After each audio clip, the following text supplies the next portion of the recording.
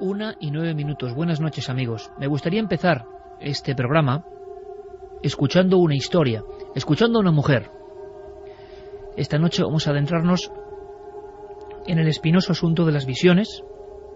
Bueno, mientras Iker bebe un poquito de agua, vamos a dar las vías de contacto, donde desde ya hemos puesto una encuesta, el debate de la semana en Milenio 3. La pregunta es: ¿alguna vez has creído tener una alucinación? Muy pronto sabrán por qué hacemos esta pregunta. ¿Creéis haber visto algo extraño? Vamos a abrir también las vías de contacto 27699, palabra clave Milenio, espacio, vuestros mensajes milenio3 con número @cadenaser.com y como siempre www.cadenaser.com. Además tenemos un regalo impactante, precioso libro, el libro de oro de los magos y las brujas, escrito por Tomás Hijo, pues que ha tenido a bien enviarnos 3 ejemplares que vamos a sortear entre esas vías de contacto.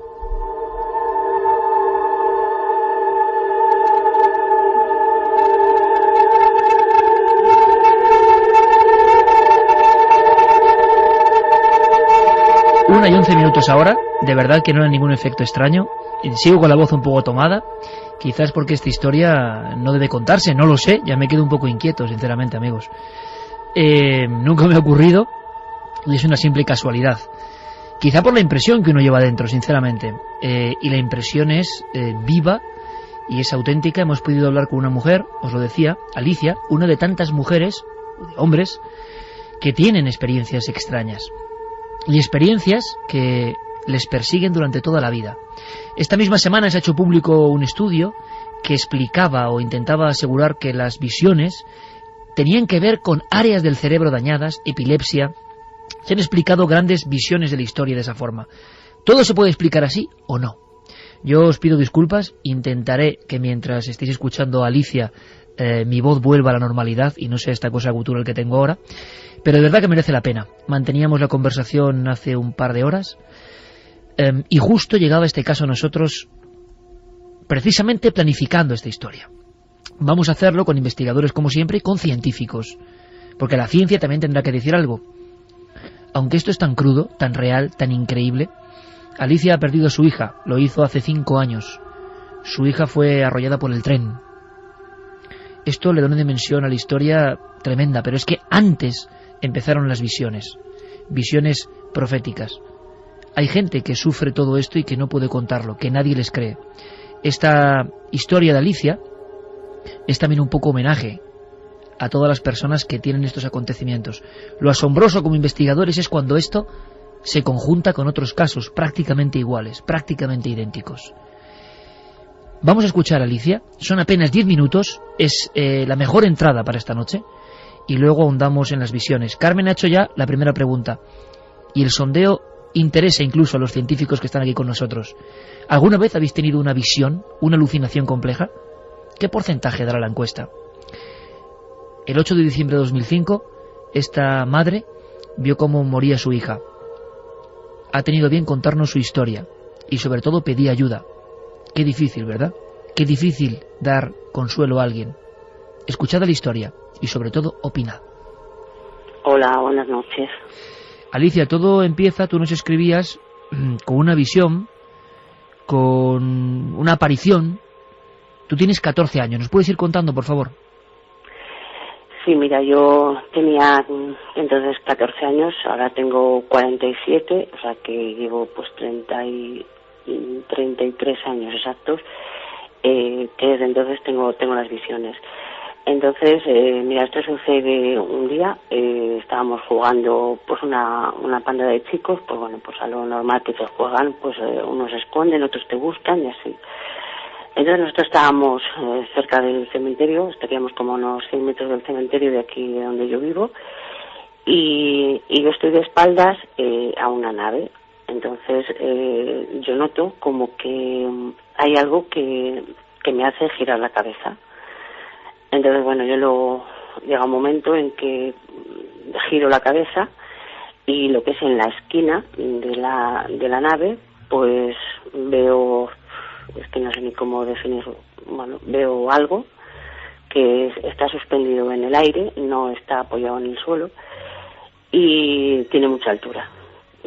Claro, para mí era muy alto. Más o menos yo calcularía por las ventanas, después de muchos años que cada vez que paso de día, nunca, desde entonces no he vuelto a pasar de noche, pues más o menos me diría unos 2 metros y algo, y está todo vestido de negro.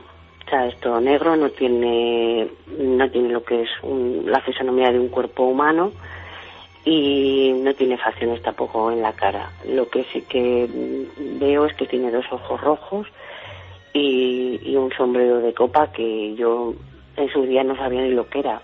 ¿Está parado, Alicia? ¿Él no está hace nada? Parado. No, él está parado y nos estaba mirando al grupo de chicos que estábamos ahí. Éramos bastante, yo recuerdo que éramos como unos 10 o 12 podíamos ser. ¿Y todos lo veis al mismo tiempo? No. Yo en ese momento, cuando yo lo veo, pues claro, el susto es la de dar el brazo hacia una persona que estaba al lado mío. Entonces él se gira, le ve exactamente igual que yo, y bueno, pues nuestra primera reacción es salir corriendo de allí. Pasa el tiempo, Alicia, y yo no sé si luego hay otras visiones, otras sensaciones, hasta que ocurre pues la desgracia de tu hija. ¿Ocurre algo más o no? Sí, bueno, hasta perder yo a Alicia, yo empiezo a tener visiones. Al principio como que, dejaba que esas visiones avanzaran hasta ver dónde, porque yo cuando las tenía me quedaba parada, y de hecho, bueno, pues recuerdo de estar, por ejemplo, planchando y se me aparecían y llegar a quemar la ropa porque yo me quedaba parada. Entonces, yo las visiones que tengo es como una especie de ring de boxeo, o yo lo denomino una especie de ring de boxeo. Es un cuadrado que tiene como unas cuerdas, y entonces hay gente que yo nunca jamás veo la cara de las personas, y es como que se están matando. Entonces yo al principio pues las empiezo a tener y tampoco, yo tampoco lo asimilaba o quería pensar que era a raíz de ver a este hombre, ¿no? Entonces siempre que me pasan, alguien que yo conozco pues fallece. Y siempre a raíz, la primera observación, esto es muy importante, siempre es la de la primera figura jugando con los niños junto al cementerio. Antes de eso nada, eso parece que inicia las visiones. Sí, yo antes de ver a este hombre jamás, nunca. Yo todo esto me sucede a raíz de verle. Pero no ha habido ninguna otra visión tan clara, digamos, no que ocurre dentro del cerebro, sino tan exterior como la de esta figura negra. ¿No ha vuelto a pasar? No. Yo no he vuelto a ver a nadie, ni he vuelto a nada parecido ni semejante. Parece que hay unas visiones todavía más intensas. Nos has hablado de unas visiones que te producen desagrado, lógico, ¿no? Es como gente matándose, algo muy violento. Esas vienen y se van, es decir, esas no estás tú viendo nada con los ojos, sino que es como una sensación, una premonición. Es algo que es tan difícil. Mira, es como que, es mi mente, es mi mente que pasa una y otra vez. Ahora es como cuando tú cierras los ojos al recuerdo de una película, que tienes esas imágenes y las tienes ahí, entonces. Pero hay algo que cambia, Alicia, ¿no? Hay un momento en que, antes de que ocurriese la desgracia de tu hija, cambian las visiones, ¿no? Tú, por lo que nos has escrito, tenías una visión como de una pierna o algo, ¿no? Sí. Yo antes del accidente de Alicia, que además, bueno, pues salió en la prensa, Alicia tuvo un accidente de tren, el tren la succionó y bueno, la rompió los vasos femorales, no la amputó la pierna, pero la llegó a faltar muy poco y no la pudieron salvar. Entonces yo llevaba mucho tiempo, esas visiones las he tenido como 3 meses seguidos, día tras día, y entonces yo en cuanto lo notaba, pues siempre recurro a lo mismo. Si estoy sola en casa, pues es o poner la radio, o poner la tele, aparte de no soportar oír el ruido del tren cuando pasa, que encima le tengo aquí a lo de mi casa, pues él no quiere que se avanzara, y veía siempre una pierna destrozada. Era la pierna completamente destrozada. Y es horroroso, de verdad. como he dicho al principio, Alicia, tú te conviertes en una persona que lucha para que no pase esto a otras personas. Yo creo que eso es muy muy importante, ¿no? Pero claro, el dolor y la tragedia pues la llevas ahí. Porque ¿qué le pasó a tu hija exactamente, si se puede contar, Alicia? Es decir, ¿fue un accidente, el tren...? Sí, Alicia fue un accidente. Pues nada, mira, no se le ocurrió otra cosa que ir con unas amigas a grabar el paso del tren a las vías. Entonces, Alicia estaba cerca, estaba en un póster de catenaria y pasó un talgo que pasan aquí a bastante velocidad y bueno, pues estaba tan cerca que el mismo aire, el aire del tren la trajo hacia el tren y no sabemos si con la rueda del tren o al desplazarla con algo, pues la cogió la pierna y tenía una herida brutal, de más de 20 centímetros en la pierna y la seccionó todos los vasos femorales. Entonces, bueno, el tema de Alicia es largo y tendido, la ambulancia tardó muchísimo en llegar y nada, Alicia murió desangrada. Cuando llegaron aquí, pues no pudieron hacer nada por ella. ¿Las visiones de la pierna, Alicia, continuaron después de la muerte de tu hija? No las he vuelto a tener. Alicia falleció en el 2005, el 8 de diciembre, y me han desaparecido. Esas me han desaparecido. Cuando es alguien, la última que he tenido, pues vuelve a retomar otra vez la historia del ring ese de boxeo, que yo les denomino ring de boxeo porque es un cuadrado que tiene pues como los rines de boxeo tienen cuerdas y es la misma visión. Lo que pasa es que no dejo que continúen porque es que no lo aguanto. Y Alicia, ahora que se escucha mucha gente, claro, podemos abordar este asunto desde muy diferentes perspectivas, ¿no? Muchas personas, desde el punto de vista científico, tienen que acudir a que son visiones que ocurren por algo. Las personas que creen que hay algo más allá, y yo estoy bastante de acuerdo, creen que hay determinadas personas que tienen una especie de don, que a veces cuando se sufre es más maldición que don, ¿no? De ver algo más, de premonizar algo más. Pero ahora que nos van a escuchar, y nos van a escuchar científicos, y nos va a escuchar sobre todo la gente normal y corriente que le pasa, ¿tú qué quieres exactamente, Alicia? Es decir, ¿quieres que todo esto no vuelva a ocurrirte, ¿no? Era un poco tu llamada y quiero trasladar ahora al público también, ¿no? ¿Qué forma hay de que esto se pase, no? Sí, es que yo no lo considero un don, o sea, para nada. Lo considero más bien un karma, una desgracia, tener esto, porque no es nada fácil. Si yo conozco gente que ojalá yo supiera, no sé, o que pasaran cosas felices, ¿sabes? Pero es que ese no es mi caso. Entonces, yo quizá el acudir a vosotros es que esto me desaparezca. Sí, que no va a ser fácil. ¿Qué forma puede haber de que eso no vuelva a ocurrir, no? Sí, que esto me desapareciera de una vez por todas, porque de verdad que no es fácil decir. Para mí sería un comienzo de pues eso, de quitarme este miedo que tengo. Es que vivo con miedo. O sea, yo el día que no sé, te cuento un detalle, mismamente yo el tender por la ropa por la noche, pues no lo hago porque es que tengo la sensación de que voy a salir a la ventana y es que me lo voy a encontrar. Tienes muy presente la visión aquella, aunque ha pasado tanto tiempo, ¿no? Pues vamos, es que es como que, pues eso, como que le veo ahora.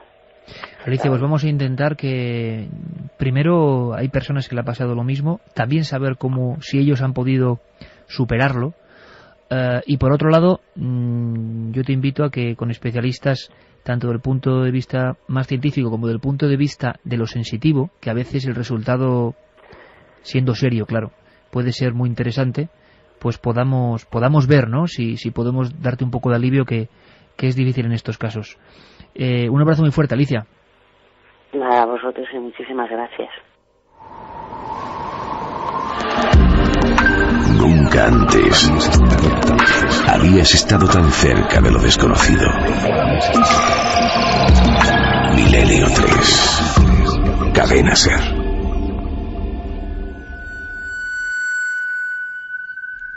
En el año de 1977, en Santovenia, provincia de Valladolid, ocurre este suceso y ahí estaba Alicia con su testimonio.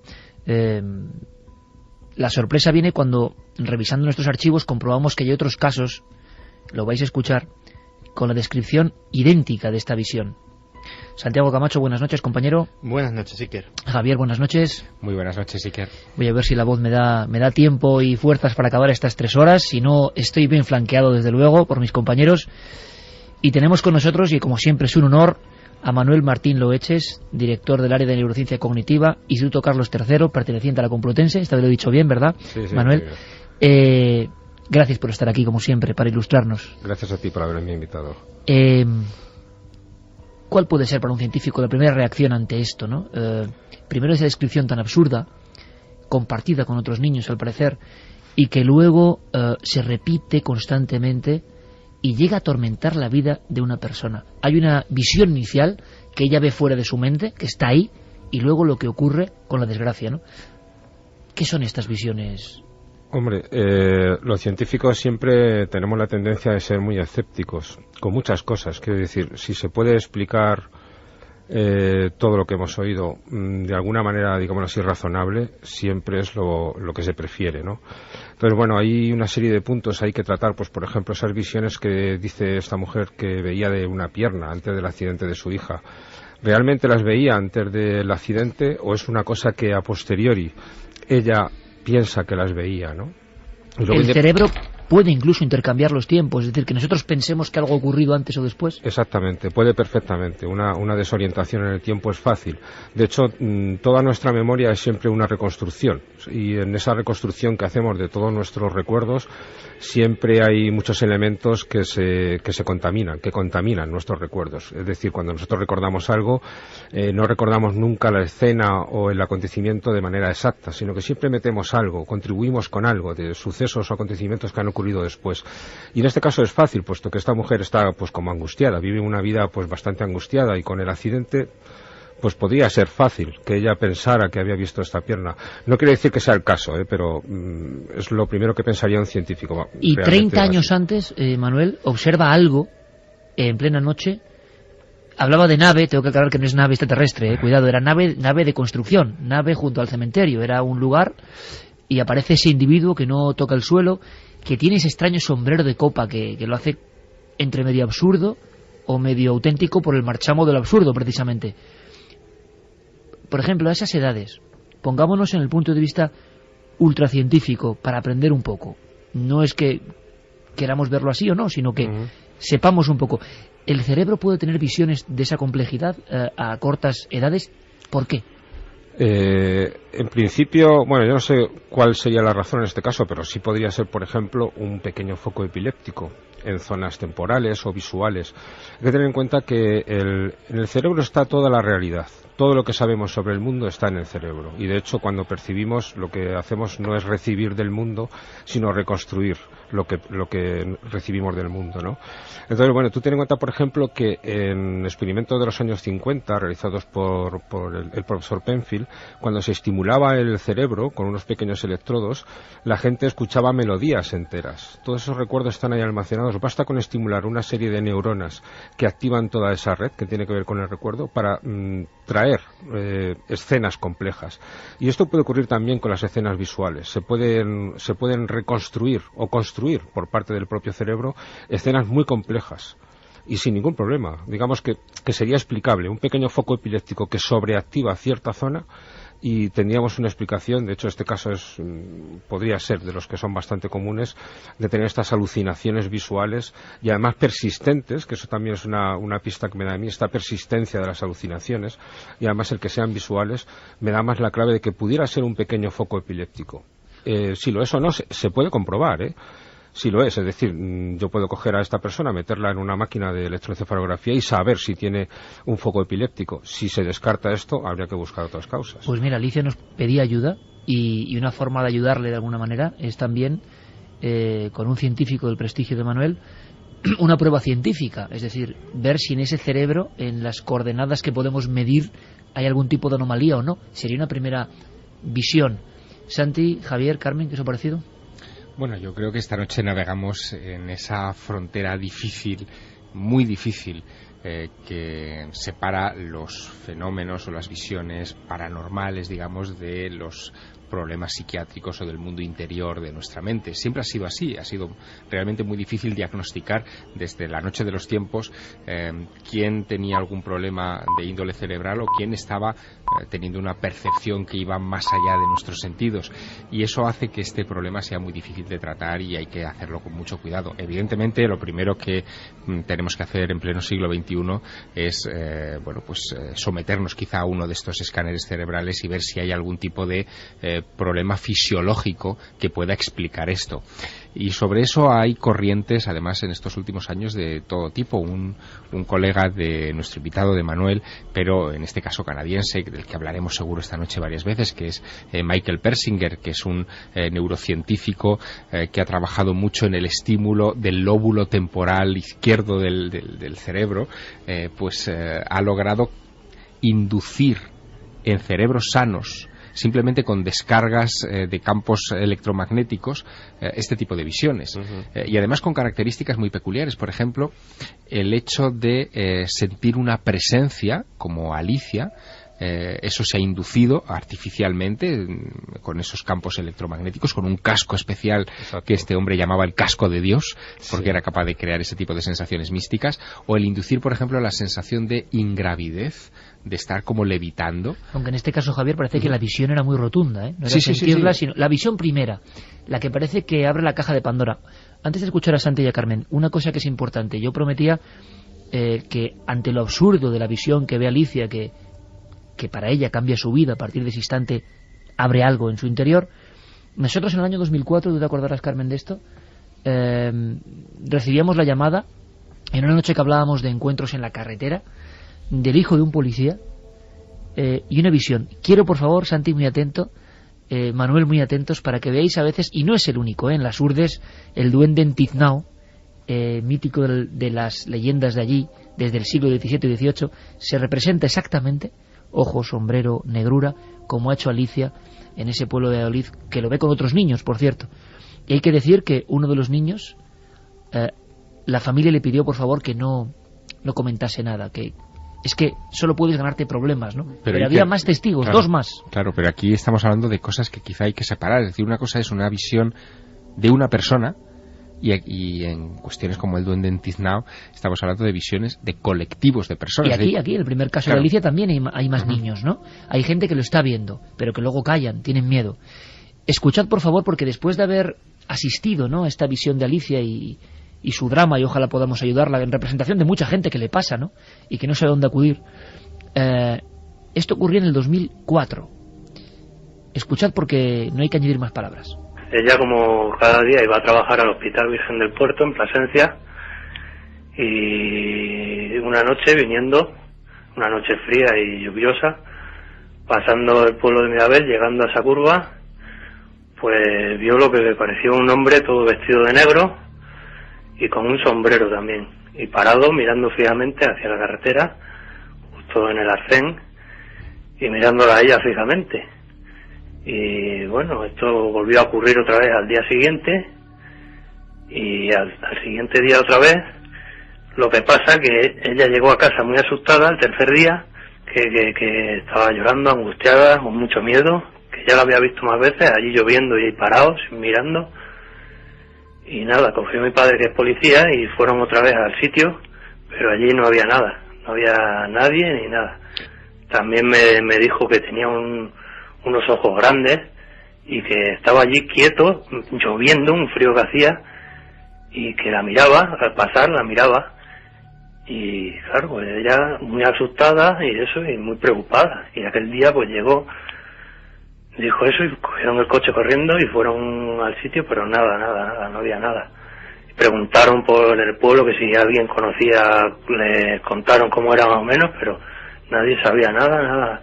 Y la casualidad es que justo 2 días antes de verlo se había suicidado una persona que se había tirado desde lo alto de las ruinas del castillo. Santi. Pues la verdad es que lo que estamos oyendo, y sobre todo cómo lo vamos a abordar esta noche, creo que es el camino que a día de hoy están siguiendo muchos científicos. que, como Manuel, hacen la distinción de que la ciencia es un sistema de conocimiento susceptible de estudiarlo todo, y solamente la cortedad de algunas personas pues termina determinando qué se puede y qué no se puede estudiar. Y realmente sobre este tipo de cosas se están haciendo incluso grandes avances, no solamente de la naturaleza de muchas de estas visiones, sino incluso de qué condiciones las pueden llegar a disparar. En 1998, un científico de la Universidad de Coventry, Vic Tandy, estaba tranquilamente trabajando en su laboratorio cuando tuvo una sensación extraña. El vello se le erizó, empezó a hiperventilar, a sudar copiosamente, a sentirse vigilado, hasta que por la visión periférica de su ojo izquierdo empezó a ver una sombra de algo o alguien que le miraba muy atentamente. Imagínate, estaba trabajando de noche, era un laboratorio absolutamente solitario. El hombre se asustó, pero reunió suficiente valor para mirar de frente a aquel ser y automáticamente el ser desapareció. Vic Tandy es un científico de los pies a la cabeza. No paró hasta descubrir cuáles eran las condiciones que habían provocado que sucediese eso. Y descubrió, gracias al pequeño movimiento de las hojas de un cuaderno, que había un ventilador de un tamaño importante, que además hacía de extractor de humos, en el laboratorio funcionando.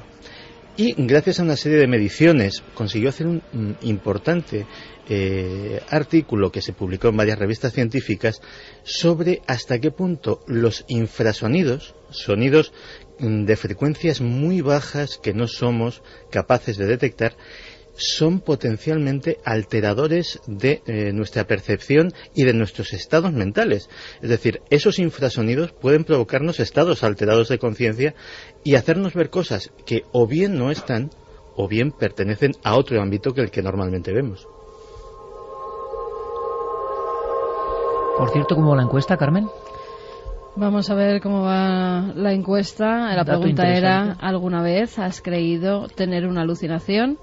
No, 52,1%, sí, 47,9%. Está ahí, está muy igualado, ¿eh? Manuel, ¿qué opinas de estos datos? No sé, que son muchos. Muchos con visiones, que creen haber tenido visiones. ¿Puede ser algo más habitual y que se oculta, queda soterrado precisamente porque a quién se lo vas a contar y que no te llamen loco, ¿no? Sí, yo pienso que algo de eso hay, claro. ¿Se pueden ver cosas sin estar loco? ¿Sin estar dañado cerebralmente? Sin estar dañado, si consideramos, por ejemplo, la epilepsia estar dañado, claro. Que, por cierto, se me ha olvidado mencionar, epilepsia no quiere decir que siempre se tengan convulsiones. Hay muchos focos epilépticos, como puede ser el caso de esta mujer que hemos oído antes, que sencillamente se excita, se sobreexcita una parte del cerebro, pero no hay convulsiones. Lo que hay son visiones o audiciones. ¿Qué sería, Manuel, un grado menor a esas convulsiones? ¿Un estado menor, digamos, de intensidad? Sí, se puede decir que es un grado menor y también, sobre todo, es importante la zona del cerebro donde ocurre. Si es una zona que es más bien visual, se suele quedar circunscrita en esa parte, o también si es auditiva. Digamos que hay distintos grados, igual que los hay, por ejemplo, en los niños, lo que llaman el petit mal, que se quedan como oídos. Y eso es un ataque epiléptico, se quedan como... Y de hecho es una de las cosas que hay que descartar antes de pensar en otra sintomatología, ¿no? Es decir, que lo que es la epilepsia, digamos, lo que lo define es como que hay una sobreexcitación de cierta parte del cerebro focal, además, lo que es un foco pequeño, y eso puede causar muchos síntomas. Cuando es muy exagerado, va de un lado a otro del cerebro, es cuando causa las convulsiones. ¿Y habría alguna explicación, que es lo que la mayoría del público, imagino, de nuestros oyentes, estés preguntando ahora mismo, para que personas tan diferentes en momentos clave y como algo exterior a ellos vean la misma figura prácticamente, o el mismo arquetipo, como diría Jung, o el mismo elemento, esa oscuridad? ¿Eso qué es? Repetimos, desde el punto de vista de la ciencia, porque nos interesa, ¿qué puede ser eso? ¿Que el cerebro conforma un puzzle con nuestros terrores que están ahí casi en lo genético? Hombre, hay una serie de cosas, ¿no? Digamos, el cerebro de todos los seres humanos es el mismo, básicamente, ¿no? Entonces es lógico que tenga unos ciertos arquetipos, es decir, que haya ciertas cosas pues que sean comunes, sobre todo para una cierta cultura. También es verdad que muchos de los testimonios que hemos visto son de la misma cultura. y pueden ser, pues yo que sé, retazos de la infancia o de cosas que hayan oído. Por ejemplo, lo más seguro es que en niños que vivan en, yo que sé, en tribus salvajes, salvajes no es un término correcto, pues quizá alucinen más con animales, sus miedos sean más los animales o los lobos en otros sitios. Hay ciertos arquetipos, pero que también están muy influidos por la cultura. Entonces, lo de un personaje vestido de negro con unos ojos luminosos y demás, pues ¿por qué no? Es algo que quizás se haya oído bastante en la infancia, pudiera ser una explicación. Un ejemplo de fantasma, de la muerte. Sí, pero es muy absurdo, porque son muchos los testimonios, además, de personas que identifican la misma figura, un personaje vestido de negro con el sombrero de copa. A veces lleva un maletín, a veces no lleva maletín. La mayoría de las ocasiones suelen ser encuentros en la carretera, sí. Encuentros que en el arcén, al pasar con el coche, parece que ven esa figura que está parada y que los observa, pero siempre con la misma tipología. No ven el rostro, no ven las manos, no ven los pies. No pisan el suelo. Hay otra cosa que es inexplicable también y que deberíamos también poner sobre la mesa, y es que muchas de estas apariciones, al menos las que estamos comentando aquí esta noche, y sobre todo la de Alicia, que lo ha dejado muy claro, traen presagios de muerte. Es decir, hay como un componente premonitorio, es decir, Alicia ve algo y inmediatamente sucede una desgracia a alguien cercano, ella lo ha comentado en ese sentido, y eso sí que es en principio inexplicable. Es como si el cerebro percibiera de alguna manera la existencia de la muerte, ¿no? Y claro, esto es un asunto muy controvertido al que la ciencia desde luego no ha podido encontrar. Aunque eso es un poco como he dicho antes, habría que ver si realmente la visión de la pierna, que es la premonitoria, la tenía antes, si hubiera algún testimonio por escrito de ello, alguna constancia de antes de haber ocurrido el accidente. Sería un buen elemento, ¿no? Sería un elemento crucial, digamos, porque a posteriori siempre es muy difícil. El testimonio de Alicia es 3 meses antes de que su hija, de esa forma tan terrible como ha contado, ¿no?, se desangre en la vía del tren, pues ella observa la pierna, y además es la pierna. Lo que dice Manuel, yo creo que también tiene pues todo el sentido del mundo, ¿no? Bueno, saber si eso en qué... Claro, tenemos las apariciones, por ejemplo, de Point Pleasant en los Estados Unidos, del Mothman, ¿no?, del hombre polilla, que entraría dentro de esta categoría de apariciones. Sí, pero que el dibujo es casi lo mismo, prácticamente. Que el dibujo es casi lo mismo, y sí que es premonitorio de una desgracia, que es el hundimiento del puente de Point Pleasant en la noche de Navidad, donde mueren tantas personas. Y no solo eso, Javier, sino que en España tú y yo hemos... Y esto salió en la prensa, es decir, que hemos entrevistado a personas que luego, después de estas visiones, esto sí que es extraño, ¿no? Y yo creo que Javier y yo lo hemos recordado en alguna ocasión. Tú en la provincia de Guadalajara, en la zona de Yebra, y yo en la zona de Las Urdes, Vegas de Coria, personas que observan prácticamente lo mismo y que luego tienen un arrebato tremendo criminal y acaban con la vida de su hermano, en el caso de Vegas de Coria, y en el de Yebra no recuerdo bien a quién era, quizá también un hermano, a un familiar. Claro, la gran pregunta es, ¿lo que vieron les motivó a ello? ¿O ya residía en su cerebro algún tipo de dolencia que luego estalló, ¿no? Es un debate tremendo. Pero últimamente, sobre todo a raíz de los hallazgos médicos, de las visiones de un hombre muy célebre, como fue Chopin, pues se ha hablado del lóbulo temporal de nuevo. Ese término, yo creo que también tan fantástico para los que no sabemos del cerebro, donde parece que se guardan muchas cosas, ¿no? Investigadores, ahora conoceremos un poco más, como Persinger, que lo estimularon para ver qué ocurría. Cuando vamos a alguna definición concreta de lo que puede pasar cuando se estimula o se daña el lóbulo temporal, nos encontramos con cosas como estas. Los lóbulos temporales procesan los hechos inmediatos en memoria reciente y memoria remota. Hacen que puedan ser interpretados los sonidos y las imágenes, almacenan los hechos en forma de memoria y evocan los ya memorizados, y generan las vías emocionales. Una lesión en el lóbulo temporal derecho tiende a afectar a la memoria de los sonidos y de las formas. Una lesión en el lóbulo temporal izquierdo interfiere de manera drástica con la comprensión del lenguaje, y es típico que impida que la persona se exprese a través del mismo. Las personas con una lesión en el lóbulo temporal derecho no dominante pueden experimentar cambios de personalidad, como pérdida de sentido del humor, un grado inusual de religiosidad, obsesiones y pérdida de la libido. ¿Dónde está, Manuel, el lóbulo temporal? Para que todo el mundo lo localicemos en nuestro propio cráneo, ¿no? El lóbulo temporal se encuentra, digamos, detrás de nuestros oídos, un poco por encima de ellos, ¿no? En los dos lados. Tenemos 2 lóbulos temporales, como tenemos 2 de cada lóbulo. Y es una pieza muy importante de nuestro cerebro, igual que hasta hace poco se pensaba que era el lóbulo frontal lo que nos hacía más humanos, lo que nos hacía más especiales. El lóbulo temporal se está viendo últimamente que tiene muchísima importancia. Contiene dentro de él dos piezas muy importantes de nuestro cerebro, una que es el hipocampo y otra que es la amígdala. El hipocampo es una especie de apéndice, como el hipocampo significa caballo de mar en latín. Entonces tiene una especie de forma de caballito de mar, y la amígdala amígdala es almendra en latín, entonces es como una pequeñita almendra que también tenemos delante del hipocampo. Los dos son partes del sistema límbico, son partes del sistema de las emociones del cerebro. Digamos, toda percepción que nos llega al cerebro se le da calor, se le da sentido emocional gracias a la amígdala y al hipocampo. Y además el hipocampo es el que se encarga de memorizar toda la información, de estar repasando, sin que seamos conscientes de ello, durante meses, días, meses e incluso años, todo aquello que vamos a memorizar. El hipocampo tiene esa función tan importante. ¿Y por qué se culpa esta parte del cerebro, por ejemplo, de las visiones, de los aparecidos, de los fantasmas, de las luces incluso que transforman la vida? Se ha hablado de San Pablo y de muchísimos personajes importantes de la historia que cambian la historia con apariciones. ¿Por qué en el lóbulo temporal? El lóbulo temporal, además de estas dos piezas de lo que es el hipocampo y la amígdala, es que contiene en lo que lo rodea, lo que es ya el propio lóbulo visto desde fuera, contiene toda la información visual compleja. Es decir, lo que sabemos para identificar a las personas. Es decir, yo la cara tuya, por ejemplo, la tengo en mi lóbulo temporal y te reconozco porque activo esa parte. Está ahí guardada, pum, y el cerebro la vuelve a rescatar. Está ahí guardada. Es decir, mientras que, por ejemplo, el lóbulo occipital va reconociendo partes, pues los ojos, la nariz por aquí y tal, luego se va juntando todo, y quien reconoce que la cara que estoy viendo es la tuya y no la de otra persona es el lóbulo temporal. Ahora mismo estamos viendo el típico programa de escaneo, pum, y llega esa cara y eso está dentro de nuestro lóbulo temporal. Entonces, todos los recuerdos visuales, el ser humano es un ser muy visual, todos los recuerdos visuales de escenas y de acontecimientos y de personas, todo lo que sabemos está en el lóbulo temporal, y además el hipocampo se encarga de guardarlo y la amígdala de darle calor. Entonces está ahí lo más importante. Bueno, y cualquier alteración de eso, ¿perdón? Cualquier alteración de esa zona genera cosas. Genera muchas cosas.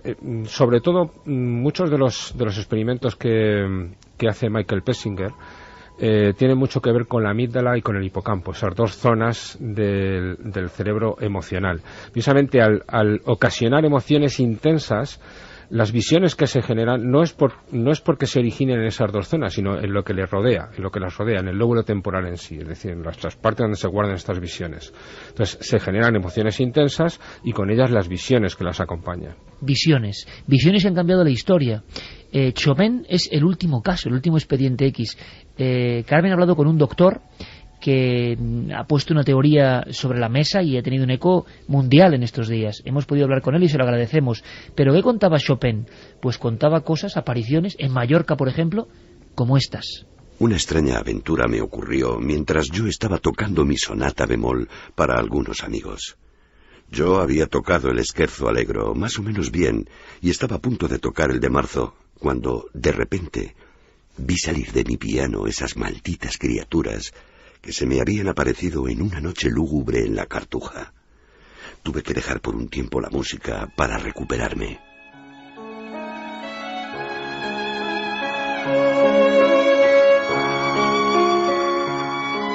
Parece que como otros grandes genios, quizá genialidad, sensibilidad artística y visiones anden cerca, estuvo atormentado por visiones complejas que él aseguraba que formaban parte de la realidad. Esta semana Chopin, Carmen, ha sido noticia médica.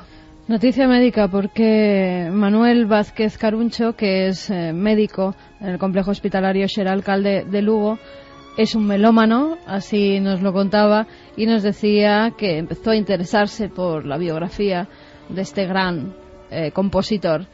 Y entonces se dio cuenta de que había cosas extrañas en esas visiones, cosas que le llevaron a pensar que sufría una enfermedad. Él nos lo contaba, Iker, si quieres escuchamos por qué tenía esos brotes de alucinaciones. Chopin tenía brotes de alucinaciones que duraban unos pocos minutos, o sea, eran unos brotes paroxísticos, y que estaba totalmente desconectado de la realidad cuando los tenía. Esto es bastante típico de un cuadro convulsivo. y por los síntomas que padecía, la localización, bueno, que más apunta a ellos sería el lóbulo temporal. Hemos puesto antes un fragmento de una visión que le atormentaba continuamente, pero ¿qué visiones solía tener? ¿Eran parecidas o, por el contrario, algunas eran más terribles que otras? Él tenía varios tipos de alucinaciones. Por ejemplo, en varias ocasiones lo encontraron totalmente absorto, desconectado de su alrededor, tocando el piano, y muy pálido, aunque bueno, Chopin estaba pálido habitualmente, con el pelo erizado, y al recobrarse él tardaba todavía un rato en saber en dónde estaba y generalmente daba un grito. Otras veces, pues por ejemplo en una carta describió que veía unos seres, él los describía como unas malditas criaturas que salían del piano. En otras ocasiones pues se vio a él mismo muerto, vio a su padre muerto, a un amigo muerto que lo agarraba, etcétera. La muerte que tan pronto se llevó a Chopin estaba continuamente rondando por su cabeza. Podía ser que estuviera obsesionado con la muerte, podía ser la epilepsia la que le llevara a esa obsesión. Pues es posible, él estaba totalmente obsesionado con la muerte.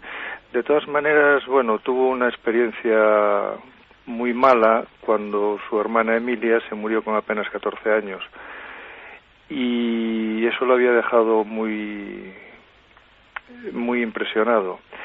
Y en cualquier caso, muchos de los cuadros alucinatorios que tuvo tenían relación de alguna manera con la muerte. Entonces, probablemente estas dos circunstancias tuvieran algún tipo, o sea, tuvieran algo que ver en su obsesión con la muerte.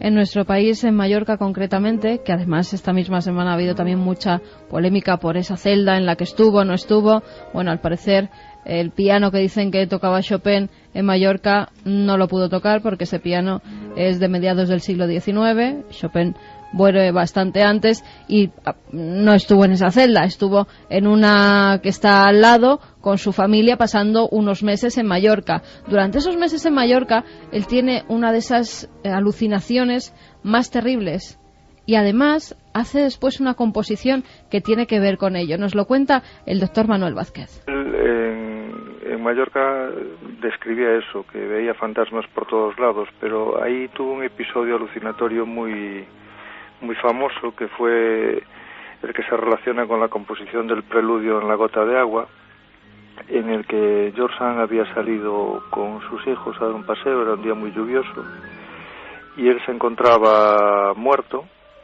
Él decía que estaba muerto en un lago y que le estaba cayendo una gota de agua en el pecho. Entonces, precisamente por esta gota repetitiva se relacionó el preludio Gota de agua, porque tiene así unas armonías muy repetitivas, ¿no?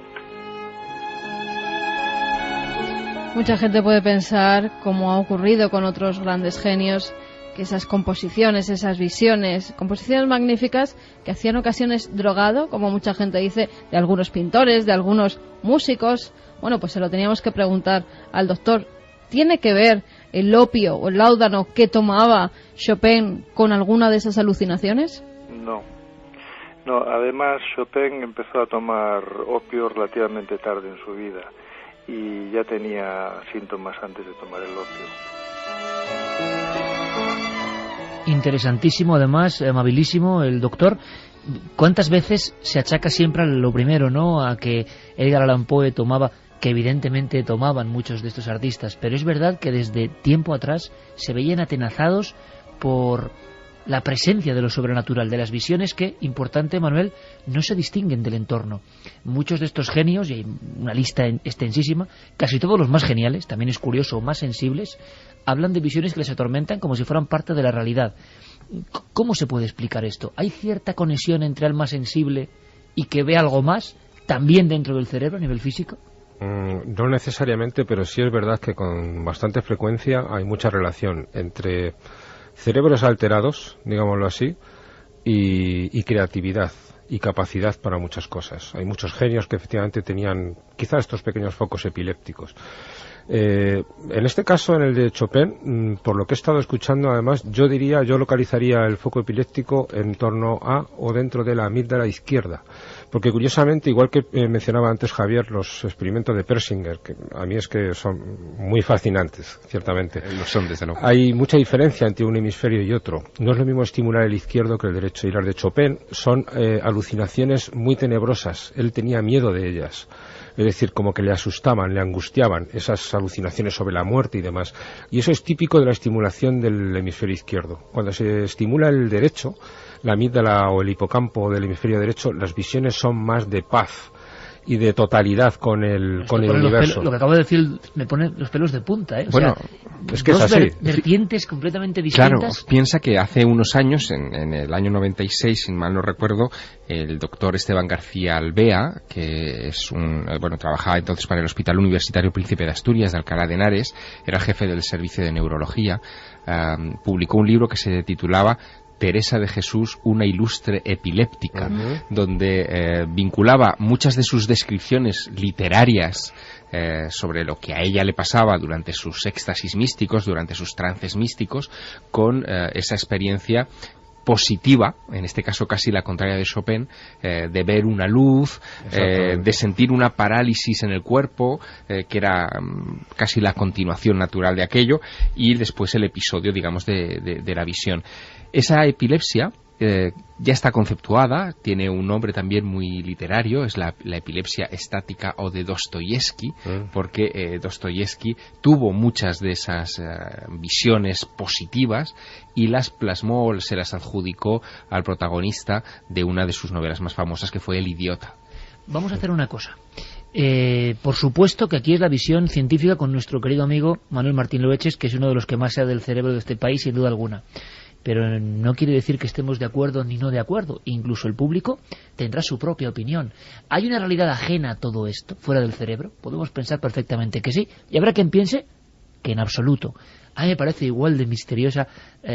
Ambas posibilidades me parecen igual de maravillosas, ¿no? Pero eso de que ciertas áreas del cerebro generen visiones de paz y otras tenebrosas y tremendas, hay un lenguaje del que tenemos que aprender. Yo os propongo una cosa. Vamos a escuchar a los amigos que han escrito, porque la encuesta nos ha inquietado, y después sabremos a fondo algo más de esos experimentos que califican tanto Javier como Santiago como Manuel Martín Loeches de apasionantes. ¿A qué se ha llegado? ¿Qué ha pasado con Persinger? ¿Ha experimentado sobre el miedo? ¿Ha forzado las máquinas con el lóbulo temporal? Vamos a saberlo todo a la vuelta, pero ¿qué decís vosotros? Pues vamos con los mensajes. Rosa nos decía: hola, buenas noches a todos. Yo también creo en las visiones, pero muchas veces no parecen visiones. A veces presiento que me observan y veo como figuras de humo por mi pasillo. Eso de presentir que lo observan es lo que habéis descrito también, que había alcanzado Persinger con sus experimentos, ¿no? Sí, y Weisman, que ya lo contaremos en las catacumbas de Edimburgo. Patricio nos decía que él solo recuerda haber tenido una alucinación en su vida estando plenamente consciente. Sufre una cosa que se llama parálisis del sueño y al intentar despertar tengo alucinaciones a veces. Mucha gente nos escribe que tiene parálisis del sueño. A la vuelta le vamos a preguntar a Manuel qué se sabe hoy de esa parálisis del sueño, la sensación de rigidez cuando ocurren estas visiones, porque esto sí que es una de las cuestiones que de verdad yo en los últimos años he visto que afectan a muchísimos oyentes. Yo he tenido y tengo todavía que me coge mi hermano y me empuja cuando tengo peligro. El otro día con un coche que pudo atropellarme. Hola, me llamo Dani, muchas veces he tenido visiones y a los pocos días sucedía, por ejemplo, soñaba que un amigo se caía y a los pocos días, pues sucedía. El cerebro es una parte compleja del cuerpo humano, nos dicen, estremecedora la experiencia de Alicia, nos comentaba José. Creo que las visiones son avisos de seres que nos protegen y nos avisan. A mí me ha pasado con una voz que me despierta avisándome de algunas situaciones, nos comentaba María desde Barcelona. Otra cosa en la saca para nuestro amigo Manuel a la vuelta. ¿Qué pasa con las alucinaciones auditivas? Que a veces dicen nuestro nombre, que a veces dicen algo en mitad de la noche. ¿Hay explicación o no? Yo soñaba muchas noches que veía cómo se estrellaban aviones y me despertaba muy sofocado y angustiado. A las 2 semanas pasó lo del 11S. Desde entonces no he vuelto a soñar más ni a tener esa pesadilla, nos comentaba Francisco. La parálisis del sueño tiene una explicación científica. Lo curioso es que en ese estado los afectados tienden a ver visiones similares. ¿Compartimos una imaginación colectiva?, se pregunta Alexis. María dice: creo que alguien nos avisa desde el futuro sobre ciertos acontecimientos. La cuestión del tiempo no está aún bien estudiada. Martín: yo tuve una visión de un niño que me dio auténtico pavor, aunque creo que él me estaba pidiendo ayuda. Kete nos dice: hace años de un volantazo al entrar en una curva, no sé por qué lo hice, pero eso me salvó la vida. El coche que venía por la otra vía se pasó a mi carril cuando llegué a su altura. Como siempre, cuando hacemos estas noches del cerebro, ya clásicas, noches del cerebro y del misterio, dentro o fuera del cerebro, eso quizá nunca lo sepamos, hay un eco impresionante, porque la gente rompe el sello del hermetismo y cuenta sus experiencias. A la vuelta, esos experimentos científicos, a dónde están llegando, esas alucinaciones, la parálisis del sueño, y también viajaremos al monte del fin del mundo. Y no solo eso, en la tercera hora hay algo muy especial, se llama Alerta OVNI, lo vais a entender en la tercera hora. Decía un mensaje en esa plataforma que es Twitter, donde la gente, bueno, resume perfectamente, ¿no? Son tituladores. ¿Qué decía Javier Sierra, un mensaje? Bueno, venía a decir, porque ahora no lo tengo delante, que Iker empieza tosiendo en Milenio 3, se queda sin voz, esto es el fin del mundo. Ojalá se equivoque, pero qué habilidad tiene la gente a veces para bien, ¿no? Para definir situaciones. Casi parecía eso, que yo estaba teniendo una alucinación, un episodio que creo que nunca he tenido realmente, ¿no? Y mira que hemos estado en lugares, pero debe ser muy angustioso, hablando completamente en serio, debe ser angustioso encontrarse con algo que uno no desgarra de la realidad, que está ahí, que pertenece a ella. Y estábamos debatiendo, Manuel Martín Loeches, director del área de neurociencia cognitiva del Instituto Carlos III, perteneciente a la Universidad Complutense de Madrid, una de nuestras máximas autoridades, autor de libros como El cerebro del Homo sapiens, la mente del Homo sapiens, clásico y además que sigo recomendando, aunque ya es muy difícil de encontrar, por desgracia, el mundo de los libros es así, pero para hacernos una idea de básica, para los que no sabemos de casi nada como yo, pero nos interesa casi todo, de cómo es el cerebro, cómo se ha ido formando, cómo ha evolucionado y qué sorpresas nos puede dar. Es increíble el arsenal de visiones, Carmen, que hemos ido recibiendo, tan gráficas, tan distintas. Y Manuel me decía, lo que es extraño, permíteme esta confidencia, Manuel, es esas figuras que se repiten constantemente. Es decir, que haya visiones está muy bien, pero que se repitan las figuras como si fueran calcos, ¿cómo podríamos explicar ahí? Hay como diría Jung, un archivo acásico, algo genético, claro, ¿dónde está lo genético y lo mental, no? Que guarda los miedos primitivos y que se representan en diferentes entornos, acudimos a ellos, abrimos esa puerta, porque es difícil. Yo te contaría seguro 20 o 30 casos con este individuo exacto, seguro, en España, con nombres y apellidos. Entonces, es muy difícil saber el por qué coincide tanta gente en tener esa misma figura que le causa miedo, ¿no? Lo que dice de los arquetipos, ¿no? El ejemplo junguiano, sí que es cierto que hay unos ciertos arquetipos, es lo que decía antes, el cerebro es el mismo para todos los seres humanos y hay ciertas cosas que son comunes. Por ejemplo, se me ocurre quizá un terreno más conocido, porque lo del ser que me estás contando es un poco escurridizo para mí, ciertamente. Es, por ejemplo, ¿cómo me gusta que sea escurridizo para mí? Pero lo es. Los mandalas, por ejemplo, que es una cosa que se repite en muchas culturas, en muchas religiones de todo el globo. Esos mandalas son una forma también de entrar en un estado alterado de conciencia.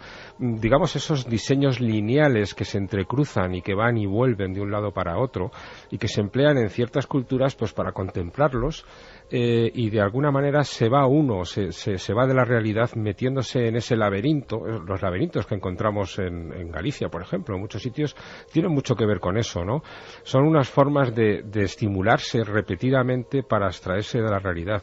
Eso es un arquetipo, eso sí podríamos decir que es un arquetipo, una forma de que todos los seres humanos, por la especie a la que pertenecemos, entramos en un estado alterado de conciencia por esa contemplación de estos laberintos.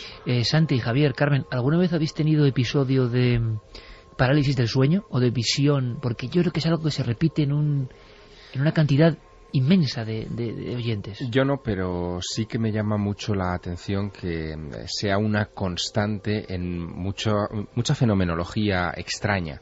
Por ejemplo, en los casos de visitantes de dormitorio, que hoy no hemos sacado todavía a colación, esos relatos que hablan de extraterrestres, a veces de espíritus, de diablos, incubos, súcubos. En el fondo, visiones delante de la cama, ¿no? Que se producen también en un momento que desde el punto de vista de la mecánica cerebral es muy delicado, que es el momento entre la vigilia y el sueño, o el sueño y la vigilia, donde el cuerpo experimenta también una transformación, hay una desconexión entre lo que es el resto del organismo y la función cerebral, y ahí sí que se producen esos episodios de parálisis que son terroríficos para el que los experimenta. La gente lo pasa muy mal. Santi, Carmen, no habéis vivido ninguno personalmente, ¿no?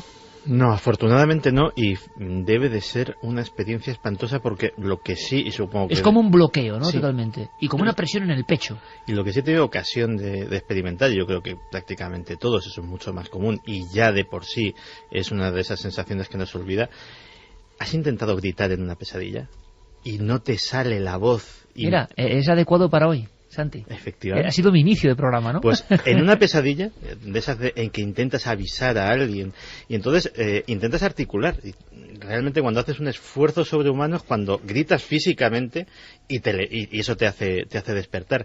Pero esos minutos en el sueño, puede que apenas segundos en el tiempo real, en los que intentas articular con una musculatura que no te responde, porque la sensación de terror que tienes en esa pesadilla es tan intensa que ya intentas trascender lo que es esa parálisis del sueño, intentas utilizar tus propios músculos para gritar. Eso ya de por sí produce una angustia que tener todo el cuerpo paralizado y ser consciente de ello tiene que ser algo inenarrable. Yo sí he tenido, pero no hasta el punto. Yo era consciente de que estaba despierta, que mi cuerpo no me respondía, pero que no me pasaba nada. Tal vez porque sé de qué va la parálisis del sueño. ¿Cuáles serían los códigos exactos? Lo que repite todo el público. Yo sé que abría los ojos y que intentaba mover la mano o el pie, porque había oído a alguno de los perros. Que estaban los perros intentando subirse a la cama, y como siempre, como son muy pequeños, los tengo que coger y subirlos. Y que en ese momento mis piernas, mis brazos no me respondían, me quedaba como tiesa en la cama. Era consciente de que los perros me estaban avisando, yo tenía los ojos abiertos, pero tampoco me asustaba, o sea, no en un estado en el que me alterara, porque sabía que cuando se me pasara eso, inmediatamente mis miembros iban a volver a responderme. Bueno, pues ahora yo voy a contar algo muy breve, y yo sé que cientos o quizá miles de personas van a sentir, y más si están en la cama, escuchándonos, algo muy familiar, porque yo creo que esto empieza a ser no voy a decir un problema alarmante, pero que le pasa a mucha gente y no se habla. De pronto, en mitad de la noche, una parálisis del cuerpo, una sensación de dificultad para respirar, algo que nos presiona como si alguien se pusiese junto a nosotros o encima de nosotros, y una voz, alucinación auditiva, a veces dice nuestro nombre, y la fase final de esto, como decía Javier, puede ser una visión delante de la cama. Muchas veces es visión de un niño, muchas veces visión de este individuo o ser que antes nos han descrito, oscuro, alto. ¿Qué es la parálisis del sueño, Manuel? Y no sé si tiene alguna solución o por qué sucede. Bueno, la solución yo creo que no es fácil. Esto es como todo, es un fenómeno para el que hay una explicación. Lo que pasa es que, dada las circunstancias, es difícil de estudiar a fondo, porque habría que tener a una persona en esa situación, en un escáner, y eso, pues como pasa con tantas cosas, es imposible. Como cuando se tienen visiones, es muy escaso el caso en que se haya conseguido esto. La explicación es muy sencilla, por lo menos la que se da.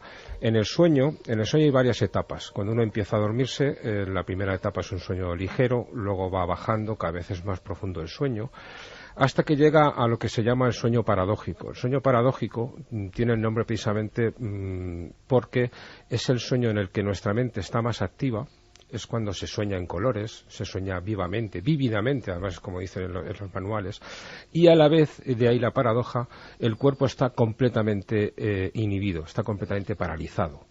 De ahí el nombre de paradójico. El cuerpo completamente paralizado, la mente completamente activada. Cuando se sale de esta fase REM, o sueño paradójico, se llama REM también por los movimientos rápidos de los ojos, Rapid Eye Movements, porque curiosamente cuando soñamos los ojos van de un lado para otro como locos totalmente. Pues cuando se sale de esta fase, A veces hay algún fallo en el sistema nervioso por el cual la parálisis del cuerpo no se termina de quitar, pero va uno volviendo a otras fases de sueño más ligero. Y entonces es en esa fase en la que uno está despierto o medio despierto, pero el cuerpo todavía no ha salido de la parálisis, cuando se explican estas parálisis del sueño, cuando uno está consciente pero paralizado. Ver a un individuo a los pies de nuestra propia cama, que nos observa, es como que, científicamente me refiero, que los fragmentos del último sueño se hubiesen quedado ahí como si fueran diapositivas interseccionando la propia realidad. Claro, tú llegas a ver tu entorno de tu habitación, pero de repente hay algo anómalo ahí enfrente. Hombre, ahí hay que ver, cuando uno sale de una fase REM muy repentinamente, todavía está imbuido de la historia que estaba uno reconstruyendo, porque se piensa muchas veces que los sueños son reconstrucciones. El cerebro lo que hace es reconstruir continuamente todo aquello que coge o que recoge. Entonces quizá esas reconstrucciones que estaba haciendo durante el sueño todavía están vívidas, están ahí, y las acaba mezclando con la realidad inmediata. Entonces quizá puede ir viendo algunos de los contenidos del sueño según se va despertando.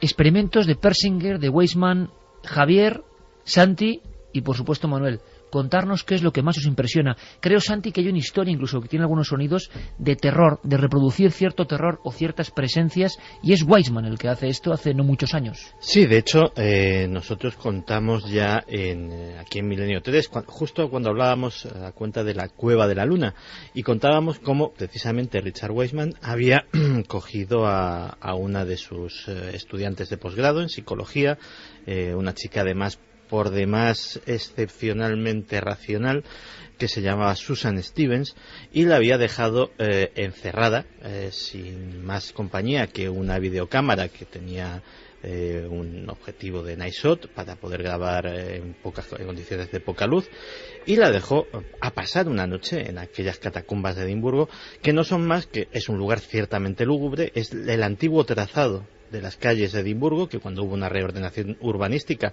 quedó bajo tierra, y durante muchos años pues fue refugio de lo peor de la ciudad, desde prostitutas hasta ladrones de cadáveres, y que finalmente pues se ha terminado convirtiendo en una atracción turística. Pues en esa atracción turística ciertamente sobrecogedora se quedó esta chica, y pues como contamos, apenas a los 5 minutos empezaron las primeras alteraciones, y en un par de horas esta chica racional, brillante estudiante de posgrado, etcétera, etcétera, estaba suplicando con lágrimas en los ojos que la dejasen salir. Había llegado a percibir visiones.